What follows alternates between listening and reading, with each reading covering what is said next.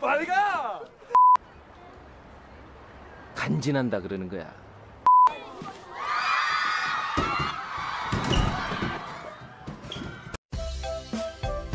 Halo teman-teman, selamat datang kembali di Celengan Film. Kali ini kita akan membahas film dengan judul Fashion King. Film ini rilis pada tahun 2014. Film ini menceritakan seorang pria yang dahulunya culun, tapi ia berpenampilan beda setelah melewati berbagai hal. Penasaran dengan alurnya? Yuk mari kita tonton. Pada awal film, kita dikenalkan dengan Woo Kim Byung, seorang pelajar yang kurang populer dan sering menjadi sasaran bully di sekolahnya. Kim Byung dianggap sebagai seorang yang lemah oleh teman-temannya. Namun hari itu merupakan hari terakhir Kim Byung di sekolah tersebut, sebab ia akan pindah ke Seoul bersama dengan ibunya. Setibanya di Seoul, Kim Byung bertemu dengan seorang gadis yang juga dianggap kurang menarik. Ia bernama Kwat Eun Jin. Ibunya lalu menyuruh Kim Byung untuk mengikuti les bersama dengan Eun Jin. Hari berikutnya, Kim Byung mulai bersekolah di sekolah barunya dan jatuh hati pada seorang gadis cantik bernama Hye Jin. Hye Jin ini adalah seorang selebgram terkenal yang merupakan banyak penggemar dan selalu dijaga oleh seorang pengawal bernama Doji. Doji ini dipekerjakan oleh pacarnya. Kim Byung berusaha mendekati Hye Jin, tetapi keberaniannya merosot saat ia melihat Hye Jin dijemput oleh pacarnya, yaitu Kim Won Ho. Ia adalah seorang supermodel dan murid kaya di sekolah itu. Won Ho merasa terganggu oleh keberanian Kim Byung mendekati pacarnya. 이렇게 쳐다보면 굉장히 곤란하지. Dan ia pun memperlakukannya dengan kurang sopan, bahkan memberinya uang untuk membeli roti. Kim Byung merasa tak berdaya dan tak mampu melawan. Di rumah, Kim Byung meminta ibunya untuk membelikan jaket tebal agar ia bisa terlihat seperti siswa lainnya. Ibunya pun mengabulkan permintaan itu karena Kim Byung jarang meminta sesuatu. Dengan jaket baru, Kim Byung merasa lebih percaya diri di sekolah. Namun, seorang murid bernama Chang Jo menarik Kim Byung ke sebuah gang sempit dengan niat untuk membulinya.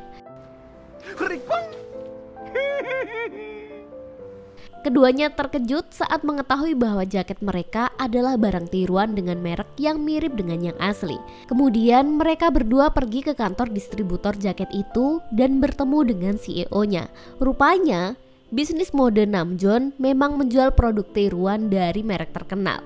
Namjoon marah karena produknya disebut palsu, tetapi Kim Byung tetap bersikeras untuk mendapatkan kompensasi. Bagi Kim Byung, mengenakan pakaian mewah membuatnya merasa mampu melakukan hal-hal luar biasa. 비싼 패딩 입으면 뭐라도 될 것 같았냐? 네. 따라와. Mendengar hal itu, Namjoon mengajak Kim Byung dan Chang Jo untuk membuktikan bahwa mode harga terjangkau juga bisa membuat orang terkesima. Namjoon mengajarkan bahwa mode bukan hanya tentang merek, melainkan tentang komitmen yang membuat aura seseorang bersinar.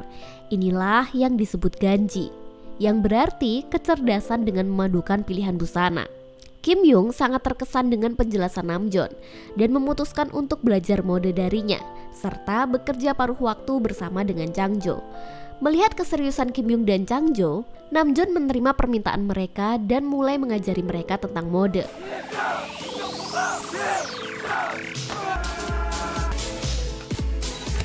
Sementara itu, festival tahun ajaran baru dimulai di sekolah, dan semua siswa mengenakan busana terbaik mereka. Mereka berkumpul di aula dan menunggu dengan cemas untuk melihat siapa fashionista yang akan muncul. Akan tetapi, pintu aula terbuka perlahan dan yang muncul adalah Eun Jin dengan penampilannya yang kusut. Hal ini menimbulkan kekecewaan di kalangan siswa karena mereka merasa pandangan mereka telah tercemar. Tak lama setelah itu, Kim Nana datang dengan penampilan yang menawan. Ia merupakan salah satu fashionista favorit di sekolah, terutama karena bentuk tubuhnya yang sempurna, sehingga banyak siswa yang terpikat olehnya. Selanjutnya muncul Yoon Ho yang terkenal dengan pesona menarik dan dinginnya, seperti seorang pangeran es. Kehadiran Yoon Ho membuat semua siswa terpana dan terpesona, seolah-olah mereka membeku saat melihat pesona memikatnya.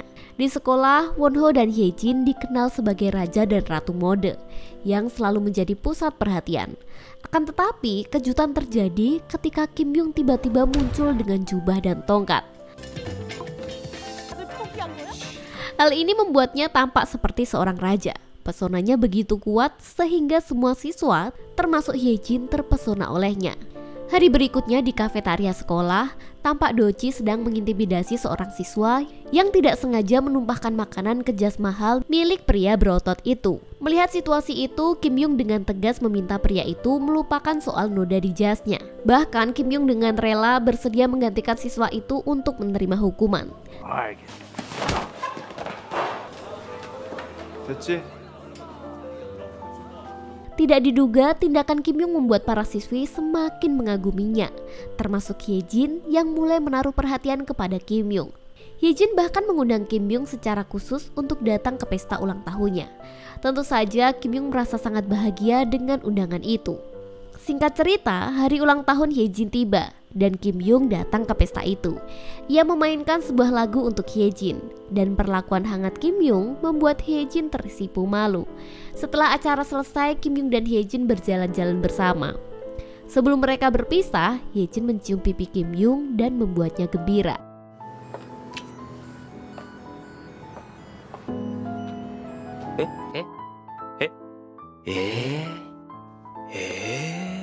Akan tetapi keceriaan Kim Yung mulai hilang ketika ia menerima pesan dari Eunjin bahwa kondisi ibunya semakin memburuk. Kim Yung segera berlari untuk membeli obat. Di tengah perjalanan ia berjumpa dengan Wonho yang melihat hadiah yang diberikan Kim Yung untuk Hyejin. Wonho menegaskan bahwa sesuatu yang menjadi miliknya tak boleh diambil oleh orang lain. Hyejin tersentak saat dirinya disamakan dengan benda. 누구한테 내 거 뺏겨본 적 없거든? 그딴 식으로 말하지 마. 내가 네 물건이야? Namun saat dia ingin pergi, Wonho tiba-tiba memberinya hadiah berupa sebuah perhiasan. 축하한다. Saat tiba di rumah, Kim Yung tampak kebingungan ketika melihat ibunya dalam keadaan baik-baik saja dan sedang asyik bermain kartu bersama dengan Eunjin. Namun di dalam hati, Kim Yung merasa senang karena melihat ibunya gembira dan menikmati waktu bersama dengan sahabatnya. Pekan olahraga pun tiba. Setelah beberapa perlombaan, akhirnya lomba lari estafet antara Wonho dan Kim Yung akan berlangsung.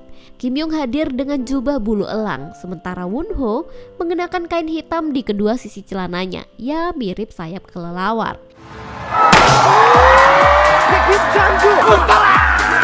Ketika tongkat estafet sudah di tangan, bukan malah lari, mereka berdua malah berjalan seperti model pameran busana dengan menonjolkan item fashion masing-masing.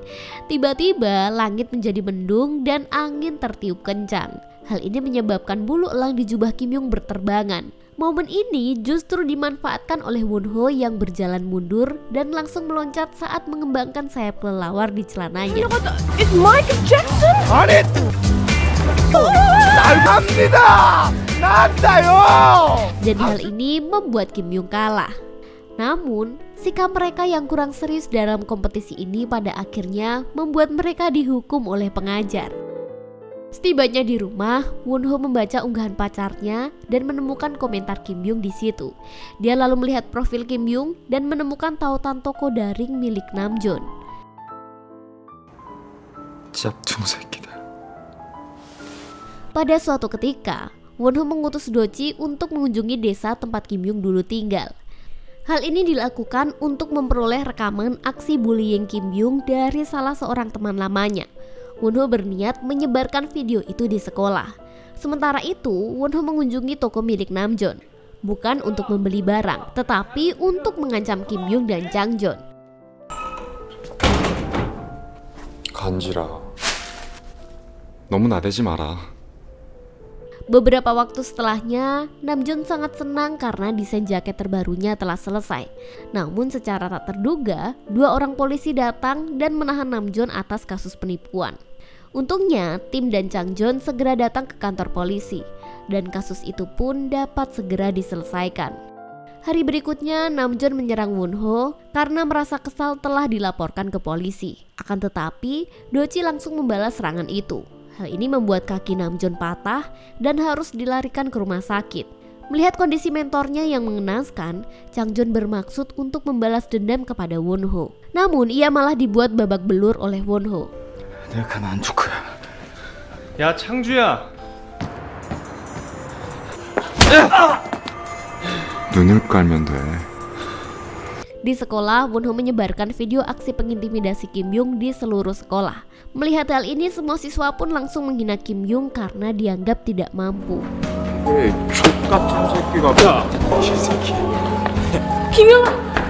Karena khawatir reputasinya akan rusak, Hyejin meminta Kim Yung untuk menjauh darinya.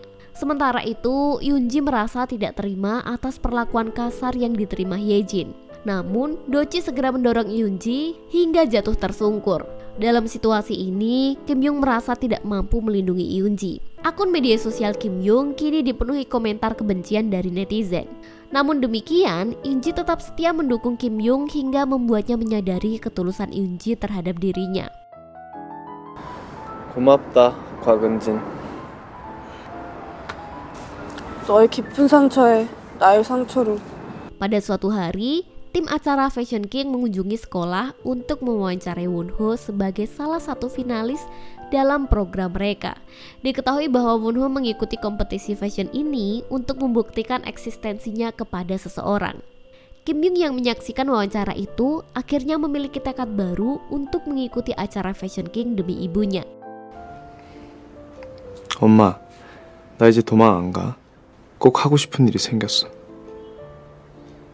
Kim Yung kembali giat mempelajari fashion dari Namjoon. Ia terus berlatih baik di sekolah maupun di rumah. Hingga perlahan selera fashionnya semakin meningkat. Kini, Kim Yung kembali menjadi selebgram yang sibuk berkarya. Suatu hari Namjoon dikejutkan dengan mulai dan para peserta dengan berbagai gaya berkumpul. Kim Yung berhasil melaju ke putaran kedua, membuat siswa di sekolahnya kembali memujinya. Dan pada babak selanjutnya, 20 besar Fashion King diminta menampilkan fashion setelan jas. Semua peserta harus memilih setelan yang telah disiapkan. Kim Yung yang belum terlalu mahir dalam memilih setelan jas dibantu oleh Namjoon dari balik layar. Namun karena keterbatasan waktu dan pemilihan item yang salah, Namjoon terpaksa menyerah dalam membantunya. Tak disangka, Kim Yung justru menciptakan fashion jas terbaru yang disukai oleh semua dewan juri. 망했다. 내년에 오자. 네, 정말 새로운 아이템을 새로운 트렌드.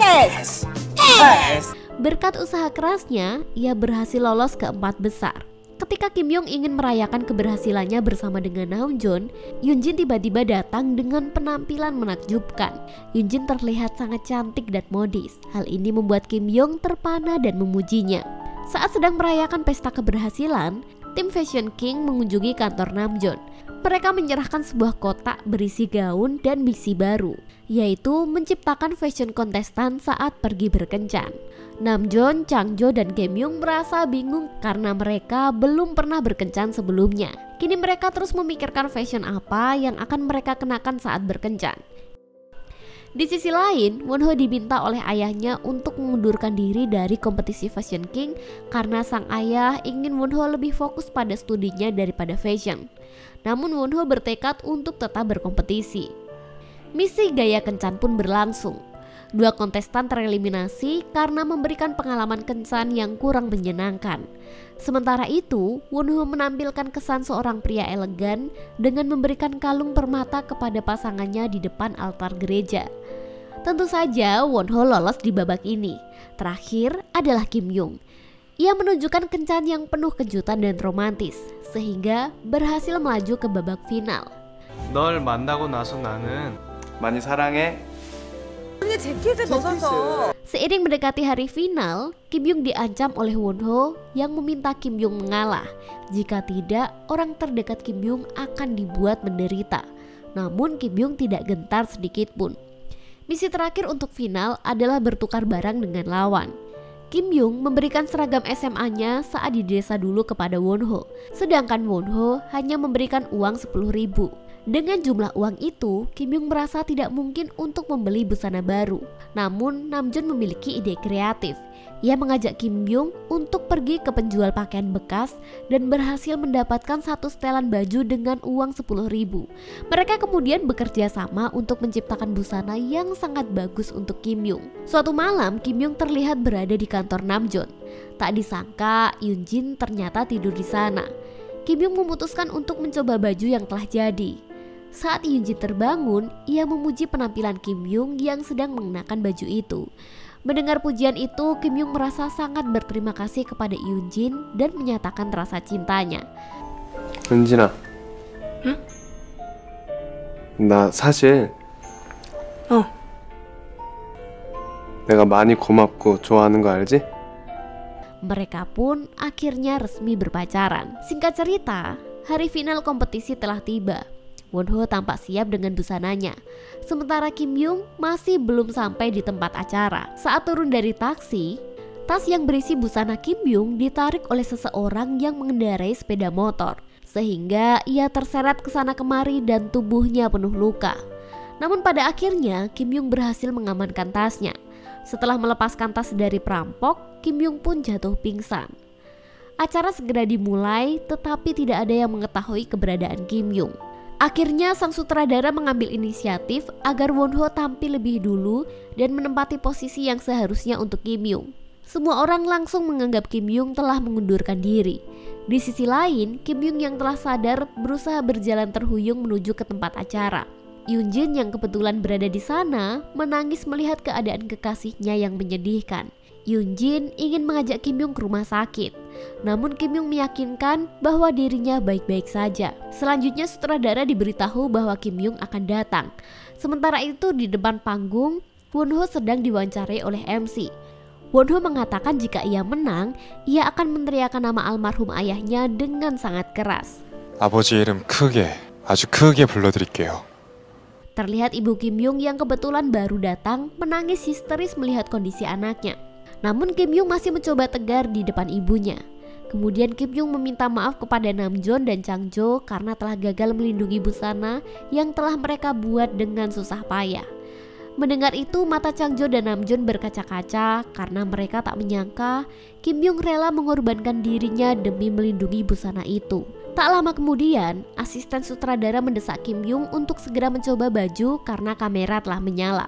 Mendengar hal itu, Namjoon tak ingin membuang waktu dan dengan sigap melepas item fashion miliknya. Di saat inilah, Namjoon meminta Kim Yung untuk percaya pada kekuatan yang ada dalam dirinya. 가자. Di lokasi yang berbeda, Wonho sangat terkejut ketika MC mengumumkan bahwa Kim Yung sedang melakukan peragaan busana di belakang panggung, yang berarti rencananya untuk menyakiti Kim Yung telah gagal. Ketika pintu panggung utama terbuka, Kim Yung masuk dan menatap ke arah Wonho. Kim Yung sadar bahwa kecelakaan yang dialaminya adalah ulah Wonho. Kim Yung mengeluarkan uang 10.000 won dari sakunya dan mengatakan bahwa ia tidak memerlukan uang dari Wonho untuk meraih kesuksesan. Kim Yung juga sempat mengejek Wonho agar membeli roti, mengingatkan kata-kata Wonho dulu kepadanya.